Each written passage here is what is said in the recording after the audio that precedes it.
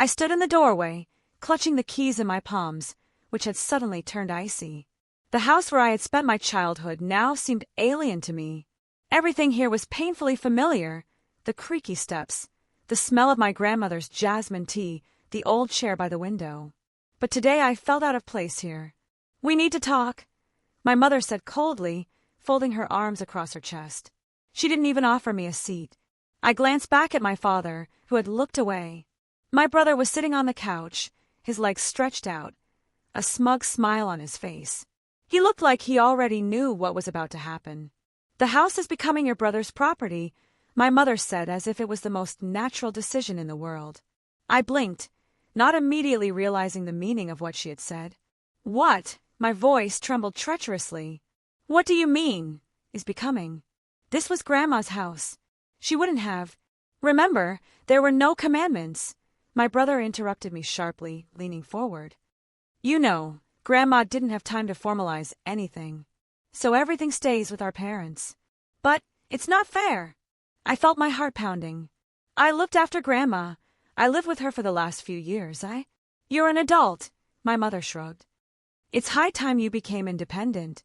You don't think we'll look after you your whole life, do you?" I felt the ground slipping out from under my feet. They just kicked me out. Without money. Without support. My brother laughed. "Listen to your mother, don't make a scene. You're a strong girl, you can handle it." He stood up, taking the documents from the table. "Now be so kind as to vacate the house. You have a couple of hours." I stood there, not believing my ears. They had betrayed me, those I considered my family. I wanted to scream, but instead, I silently turned around and walked out. I didn't give them the pleasure of seeing my tears, but I already knew one thing: I would come back, and then they would regret everything. The door slammed behind me, and with that sound, a whole part of my life ended. I stood on the porch with a suitcase in one hand and a phone in the other, looking at the house where I had spent my entire youth. I had nowhere else to go. A cold autumn wind blew through the street, making me wrap myself tighter in my jacket. My mother's last words rang in my head. "You're strong, you can handle it." But was I strong? At that moment, I felt crushed. I took a few steps along the path leading to the gate and heard someone open the window behind me. "Well, where to now, sister?" my brother's mocking voice rang out. I didn't turn around. If I had looked at his face, I would have wanted to hit him with something heavy. "You won't be able to go far," he continued, clearly enjoying his triumph. "You have no place to live, no job, no money. Maybe you'll come back and apologize." I clenched my teeth. Ask for forgiveness. For what? For the fact that I spent years caring for my grandmother while they were living their own lives? For the fact that I hoped for at least a drop of justice? I took a deep breath and kept walking. The first blow to my pride. The next few days were pure hell. I spent the night at a friend's, who took pity on me and gave me temporary shelter. But I understood that this was not a solution. I couldn't depend on other people's kindness. I started looking for a job, but it turned out that without normal experience and connections, no one wanted to hire me. The money was melting away, and soon I was down to my last tenner in my pocket. I was sitting in a cafe with a cup of cheap tea, looking at my phone, when a text came in. From my brother. "So, how's your independent life going?" I felt my heart squeeze with anger. Did he really think I'd give in? That I'd crawl back, begging him to take me in? No. Never. I turned off my phone and looked up. From that moment on, I knew one thing: I wouldn't just survive. I'd become stronger. I'd be more successful than all of them. And someday, they'd regret their choice. I left the cafe, clutching my phone tighter in my hands. Anger was boiling inside me, but not the kind that burns and destroys, but the kind that gives strength. I had nothing to lose. I headed to the nearest business center. It didn't matter who, an administrator, a cleaner, anyone. I needed a job. Cruel reality. I went around a dozen offices, and in each one I was greeted with the same words. "We don't need employees without experience. We will review your application and contact you. Sorry, but we don't have any open positions at the moment." Hour after hour I heard the same thing. I was about to leave when I saw a sign. "Coffee shop Bruno, staff required." I had never worked as a barista, but I knew how to learn quickly. I went inside and confidently approached the counter. Good afternoon, I said. I want to work for you. A man of about 40 stood behind the counter. He measured me with his eyes, clearly assessing my persistence. Do you have experience? He asked. No, but I am ready to learn and work as much as necessary. He narrowed his eyes, then waved his hand. Tomorrow at 7 in the morning. Let's see what you can do. I nodded and left, clutching a small piece of paper with the address and shift time in my hands. This was my first chance. I was not going to miss it. The test began. The next day, I arrived 15 minutes before opening. The work turned out to be much more difficult than I thought. Orders poured in nonstop, customers were nervous, coffee spilled on my hands, and the boss did not stand on ceremony with comments. But I did not complain. I worked. I studied. I remembered every recipe, every move. First success. After 2 weeks, I could make 10 types of coffee with my eyes closed and quickly handle the influx of customers. One day, when my boss was watching me from the side, he nodded. Not bad, he said. If you keep this up, you can expect a promotion soon. It was just a small confession, but it meant everything to me. I was taking the first step, but I knew this was just the beginning. I would not just survive, I would become someone they never expected me to be. Days turned into weeks, weeks into months.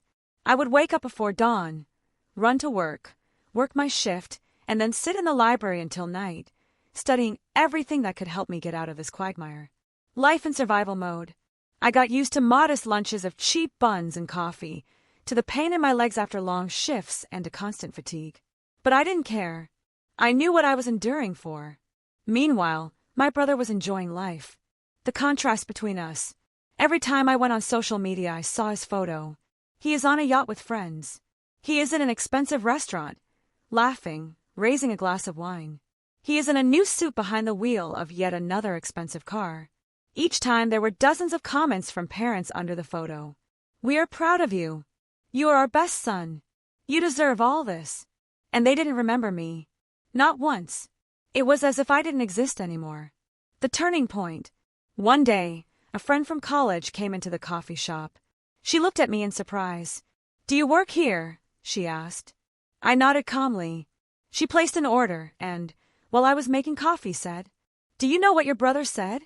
He said that you ran away because you couldn't cope with adult life.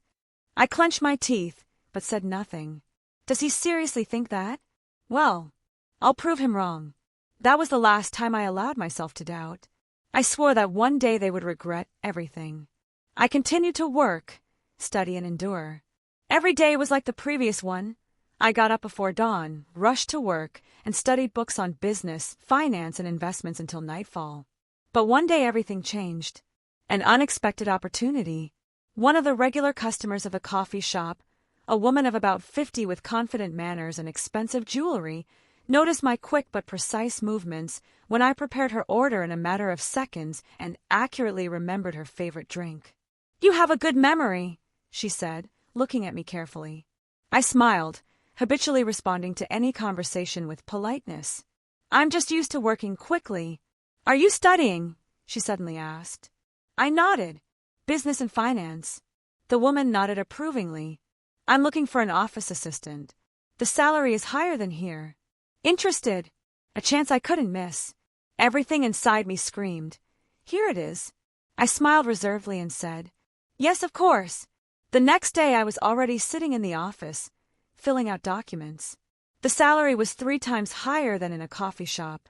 But the most important thing is that I found myself in the world of real business. I sat in meetings, listened, absorbed knowledge, learned from professionals. Now I was no longer just scraping by. Now I had a real chance to rise. And while my brother was burning through money, I was laying the foundation of a future empire. I was completely immersed in my new job. It wasn't just an office. It was a world where big money was spinning, a world my parents never wanted to let me into. In the office, I saw how deals were made, how people negotiated, how real companies were built.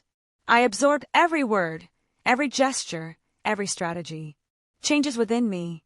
Gradually, I noticed how I was becoming different. Before, I was the one who was thrown out of the house, not considered necessary. Now I was becoming a person who was respected and taken into account. I changed my cheap clothes for formal suits, stopped speaking with doubt in my voice. My boss, the same woman from the coffee shop, once said, "You are too smart to work for someone else. Have you already thought about your own business?" This question made me think. First business idea. I began to analyze the market and noticed a niche that lacked quality service. I decided to take a risk and open my own consulting firm, helping small businesses improve their management and finances. Yes, it was bold. But if my brother could burn through money without fear of consequences, why shouldn't I take a risk for my own future? My brother was still living in luxury. Meanwhile, my brother continued to spend his inheritance, swimming in the money that my parents had once taken from me. But I didn't care anymore. I was no longer jealous. I was no longer a victim. I knew that soon the roles would be reversed. 2 years passed. My business grew. I became stronger. I didn't just survive, I thrived. During this time, I developed my consulting company, earning a reputation among entrepreneurs. Hired a team of specialists who helped me scale. Bought my first apartment, without anyone's help. I no longer depended on my family or their opinions. But fate, as it turned out, was not going to leave them without paying. Brother's problems. My parents still blindly believed in my brother. He did not work, did not build a career, but they still invested in him. I accidentally heard from a mutual friend that he invested the rest of his inheritance in some brilliant business related to cryptocurrencies. My brother was sure that he would get rich in the blink of an eye. But everything did not go as he expected. Bankruptcy, debt, panic. A few months later, his brilliant business collapsed. My brother didn't just lose money. He got into huge debt. He sold his car, luxury items, but it didn't save the situation. His parents were also involved. They gave away their last savings, trying to help him. But that was only the beginning of their downfall. Mom called me for the first time in many years. I remember that call. I saw the name on the screen and almost laughed. After so many years of silence, Mom decided to call me. I picked up the phone. "Hi, Mom. I haven't heard from you for a long time. Did something happen?" In response, sobs, incoherent phrases. "Honey, we are in a terrible situation. We urgently need your help. We have lost everything." I smiled. This was my moment. I listened as my mother told me through tears about the disaster they had caused themselves. My brother had brought the family to financial ruin. He sold their house to cover their debts, assuring them that he would pay it all back soon. He took out loans, signed dubious deals, not thinking about the consequences. He invested money in another fraudulent scheme and lost everything. Now my parents were left without a roof over their heads. I was silent, but anger was boiling inside me. They kicked me out when I needed help. They gave everything to my brother when I was barely making ends meet. They didn't even call me all these years, thinking that I could handle it myself. And now that their hope and pride has ruined their lives, now they remember me. "Honey, you won't leave us, will you?" My mother's voice sounded pitiful, almost pleading. I closed my eyes and took a deep breath. I could have said the same thing I had once heard from them. "You're strong, you can handle it." But no, I wanted to hear it from them. I wanted them to understand the depth of their mistake. I said in a calm voice, "Mom, why are you calling me? Don't you have a son?" There was a deafening silence on the line. In the silence, I heard my mother sigh heavily. He doesn't answer his calls." Her voice was full of pain. I expected this answer, but I still felt a strange sense of satisfaction. The brother they gave everything to didn't even notice them now. The one they always protected didn't even try to save them now. And only I, the one they kicked out, was left as their only option. But did they really understand that? I leaned forward, clutching the phone tighter. "So when you needed to give something, he was the first? And when you need help, now you call me." My mother began to cry. I heard her tears, heard her trying to say something, but she couldn't. My father was silent. I knew he was there too, but he didn't even try to justify himself. I gave them a few seconds before continuing. "How many times have you called me in these 7 years?" Silence again. "How many times have you asked how I am doing?" The answer was obvious. Not once. "And now you want me to forget how you betrayed me?" Just like that.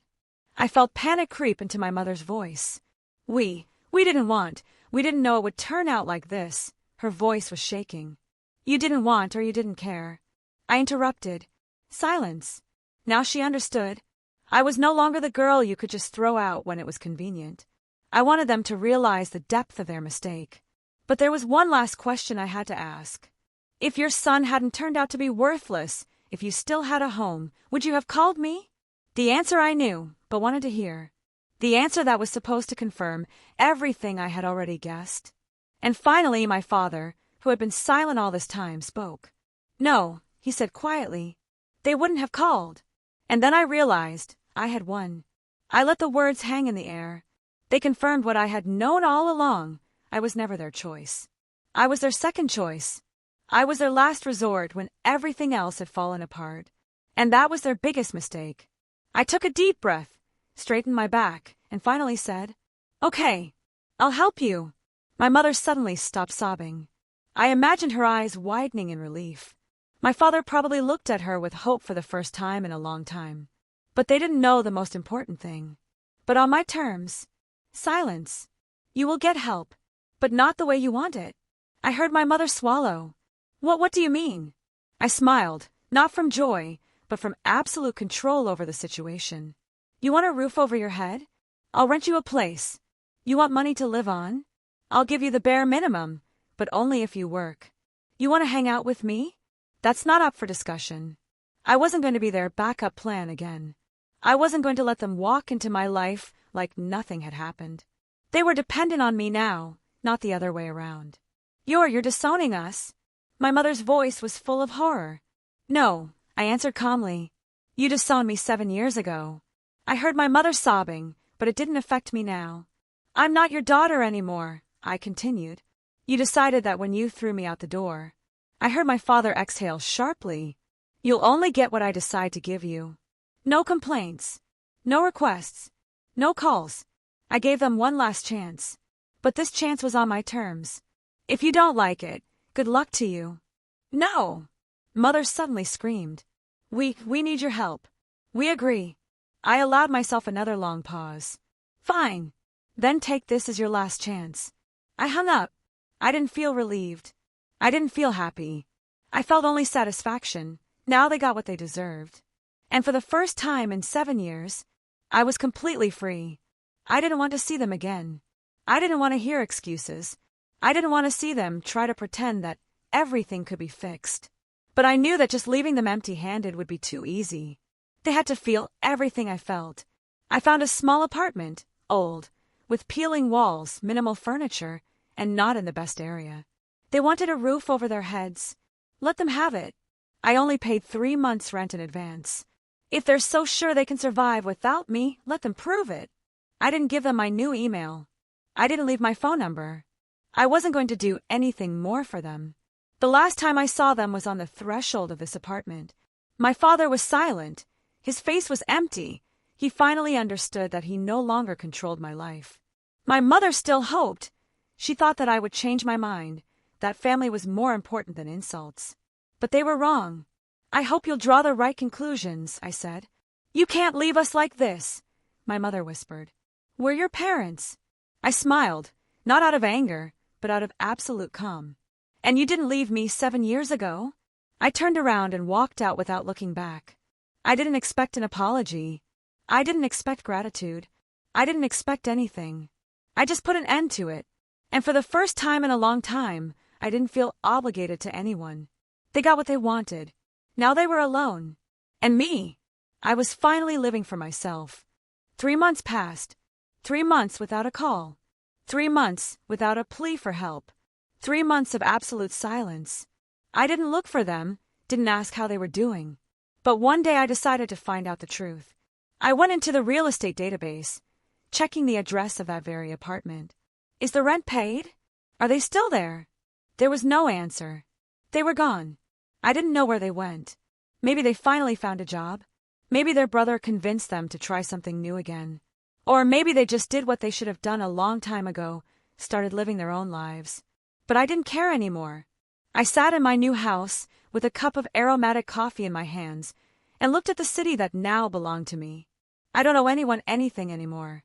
I'm no longer second in this family. I'm no longer the one who lives in their shadow. I smiled. I won.